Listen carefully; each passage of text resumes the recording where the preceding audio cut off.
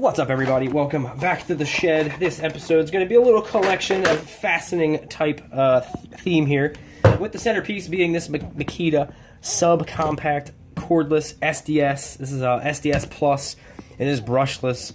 It is lithium ion, as is all the power tools today. But this what's special about this is two things I really like about this. It's really tiny, and it's all black. I'm a big fan of black. I have a Buick Grand National. My motorcycle's black. My scooter was black. I had a black truck. My toolbox is black. If it comes in black, I usually get it.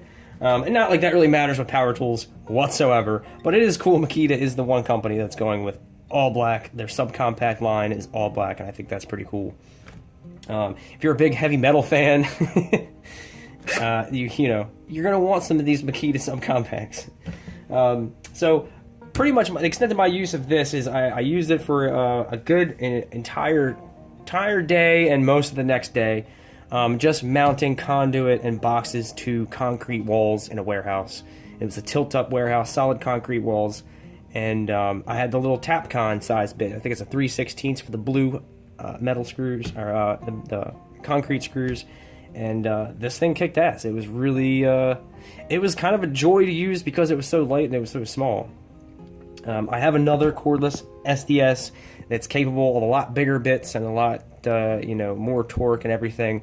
But if you want something easy to wield and something easy to pick up, and if you're going to be doing it all day and you're going to be using smaller fasteners, I think this is the way to go, especially if you're already in the Makita battery platform.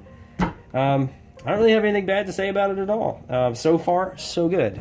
It does have, you got the rubber grip here, rubber handled grip, and it's adjustable to any angle, left-handed or right-handed. Built into that is your depth rod here, so if you need a certain depth for some kind of metal drop-in anchors or lead anchors, and they got to be a specific depth, you can dial that in right here. As soon as this hits your wall, you know you're good.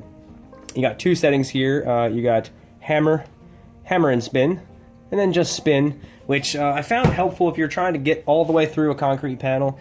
Put it on, and you know the depth, and you know how deep you are in the hole. You can flip it to just spin, and that last little bit, it's not going to blow out as bad on the other side. If you know you drill straight through concrete, it blows out the last quarter inch or so, or eighth of an inch. It blows out like a chunk of concrete. And if you flip it to that setting, a little tip, it minimize it. It makes it less because it's not hammering that blowout. You're just spinning. If that's a concern, because a lot of times that is. One side or the other, or both sides are finished, and maybe the other side's not getting covered up with anything, so you want to minimize that blowout. But I've been pretty happy with it, and I did get a chance to use this crazy bit, this Bosch bit here. No flutes. It's got no flutes, and it's got this goofy plastic thing on here. What's going on? And this is one of their new line of vacuuming attachment bits. It's got no flutes because the extraction is done through this little hole right here. It's got a little hole right there and a little hole right there, and the shaft is hollow, which aligns with some slots in the bit here. And I don't know if we'll be able to see this or not. Probably not. But this is where you attach your vacuum, and it comes with this adapter if you have a bigger vacuum. And these bits are great for any kind of epoxied anchors, or an anchor where you would need to suck the hole out. You need to get all the dust out of it before installing your anchor. This doesn't leave any dust in the hole or around the hole, so it's keeping you clean as you're doing it. Also, it complies, it helps you comply with the dust, the new OSHA dust, silica regulations that they have. There's no dust involved with it. It is a weird thing to see this plunging into material and no dust build up at the hole.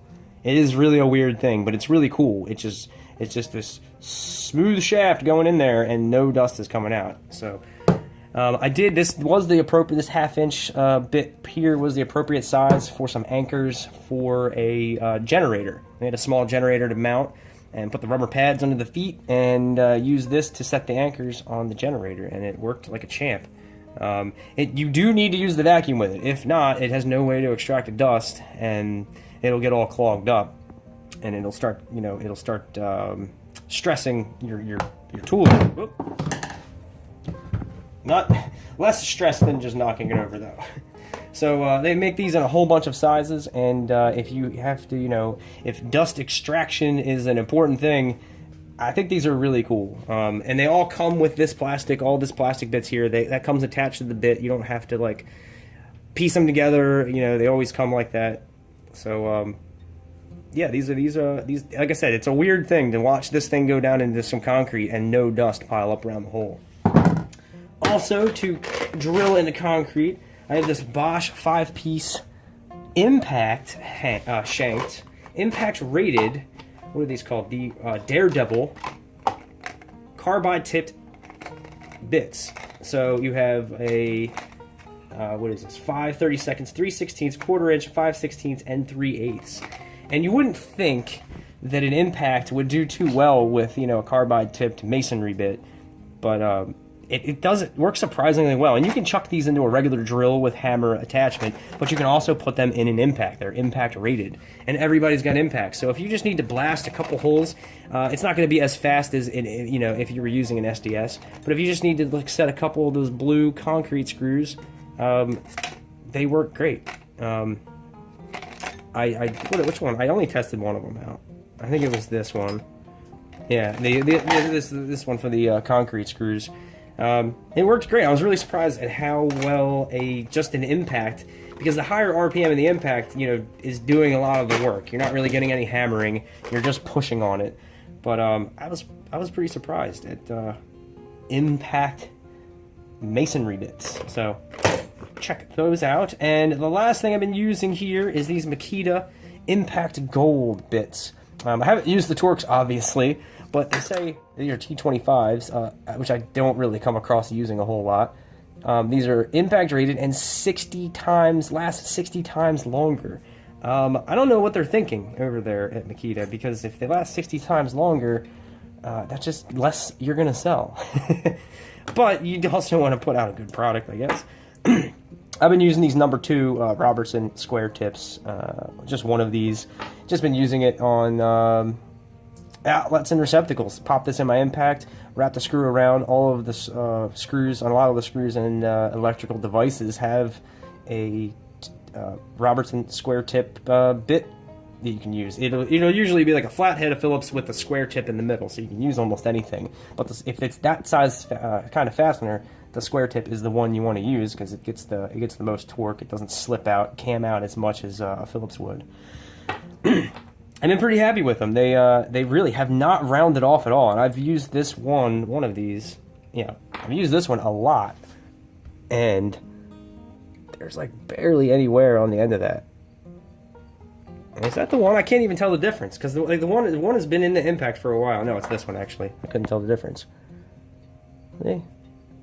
Hasn't cammed out. They've been working great for me. Like I said, I think Trex Decking, they like to use Torx for some of their fasteners a lot, or the composite decking material. A lot of different situations that use the T25. Not really my line of work, but I do use the number 2 Robertsons a lot. So that's it. The Makita, the Bosch, the new line of sucking, awesome sucking drill bits, and then you have these impact rated carbide tipped bits here, and then the Makitas, which doesn't really go with anything here, neither do these, but the impact golds. I think I'm going to try their Phillips tips the next time I need to get some Phillips bits. I'm going to see how the Phillips do. So that's it. I'm going to put links for all this in the description, and thanks for watching.